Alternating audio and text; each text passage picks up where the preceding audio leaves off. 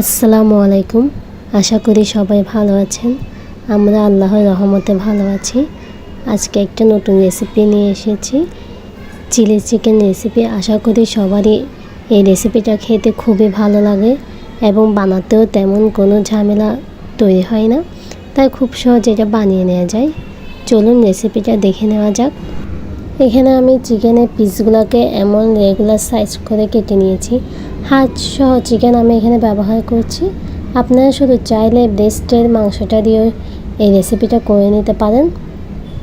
এখন এখানে আমি মশলাগুলো অ্যাড করব, যার জন্য প্রথমে দিয়ে দেবো 1 টেবিল চামচ আদা বাটা, 1 টেবিল চামচ রসুন বাটা। এখন আমি গুঁড়ো মশলা অ্যাড করব, তার জন্য দিয়ে দেব 1 টেবিল চামচ লাল মরিচের গুঁড়া, 1 চা চামচ ধনিয়া গুঁড়া, 1 চা চামচ বা স্বাদ মতো লবণ। তারপর দিয়ে দেব 1 চা চামচ জিরা গুঁড়া। তারপর এখন আমি এখানে অ্যাড করব 1 টেবিল চামচ লেবুর রস। আপনারা চাইলে এখানে ভিনেগারটাও ব্যবহার করতে পারেন। তারপর দিয়ে দেব 1 টেবিল চামচ সয়া সস। দিয়ে সবগুলো মশলার সাথে আমি চিকেনটাকে একটু ভালোভাবে মিশিয়ে নিব। ভালোভাবে মিশিয়ে নিতে হবে, যাতে প্রতিটা চিকেনের গায়ে মশলাগুলো সমানভাবে লাগতে পারে।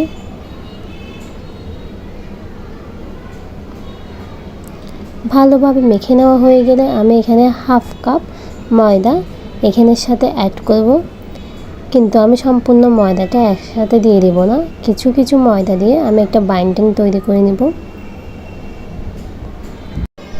বাকি ময়দাগুলো আমি এখন এখানে ব্যবহার করব, যাতে প্রতিটা চিকেনে একটু ভালোভাবে বাইন্ডিং নিতে পারে এবং উপরের কোটিংটা যেন একটু সুন্দরভাবে হতে পারে।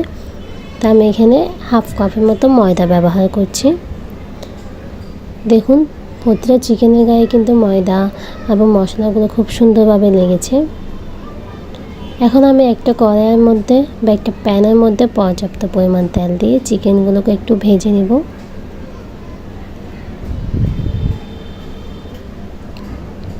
একে একে আমি সবগুলো চিকেনের টুকরোগুলো এখানে দিয়ে ভালোভাবে ভেজে নেব।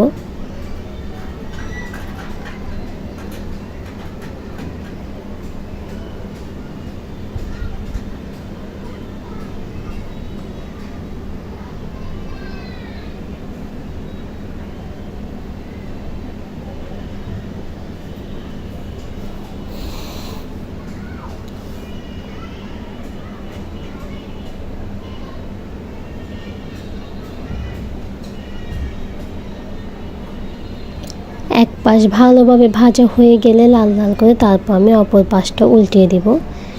ভাজা হওয়ার আগে উল্টানো যাবে না, এতে কিন্তু চিকেনের উপরের যে কোটিংটা আছে ওটা খুলে যেতে পারে। তাই এক পাশ ভালোভাবে লাল করে ভেজে নেওয়া হয়ে গেলে তারপর আমি চিকেনগুলোকে উল্টিয়ে দেব। যখন উভয় পাশ এমন লাল লাল ভাজা হয়ে যাবে, তখন চিকেনের টুকরোগুলোকে আমি তুলে নেব। এভাবে করে আমি সবগুলো চিকেন ভেজে নেব।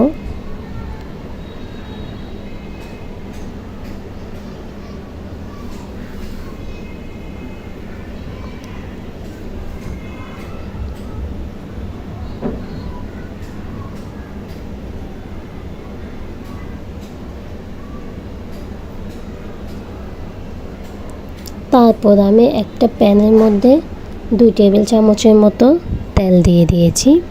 এখন তাতে দিয়ে দেব 1 টেবিল চামচ আদা রসুন বাটা দিয়ে একটু ভুনে নেব। তারপর এখানে আমি দিয়েছি 1 কাপ সবুজ কালারের ক্যাপসিকাম ও 1 কাপ পেঁয়াজ। পেঁয়াজগুলোকে আমি এভাবে খুলে খুলে নিয়েছি ও ক্যাপসিকামটাকে আমি এভাবে কিউব করে কেটে নিয়েছি। এগুলো একটু সামান্য ভাজা হলে তার মধ্যে দিয়ে দেবো আমি 1 কাপ টমেটো সস, 1 টেবিল চামচ সয়া সস ও 1 টেবিল চামচ ভিনেগার। তারপর দেবো হাফ চা চামচ গোলমরিচের গুঁড়া ও হাফ চা চামচ টেস্টিং সল্ট। যেহেতু এটা আমি রেস্টুরেন্ট স্টাইলে বানাচ্ছি চিলি চিকেনটা, যার জন্য এখানে আমি টেস্টিং সল্টটা ব্যবহার করছি। আপনারা চাইলে এটি স্কিপও করতে পারেন। সামান্য পরিমাণে পানি দিয়ে আমি ক্যাপসিকামটাকে ও পেঁয়াজটাকে একটু সিদ্ধ করে নেব। পেঁয়াজ ও ক্যাপসিকামটা সিদ্ধ হয়ে এলে তাতে আমি দিয়ে দেব আগে থেকে ভেজে রাখা চিকেনের টুকরোগুলো।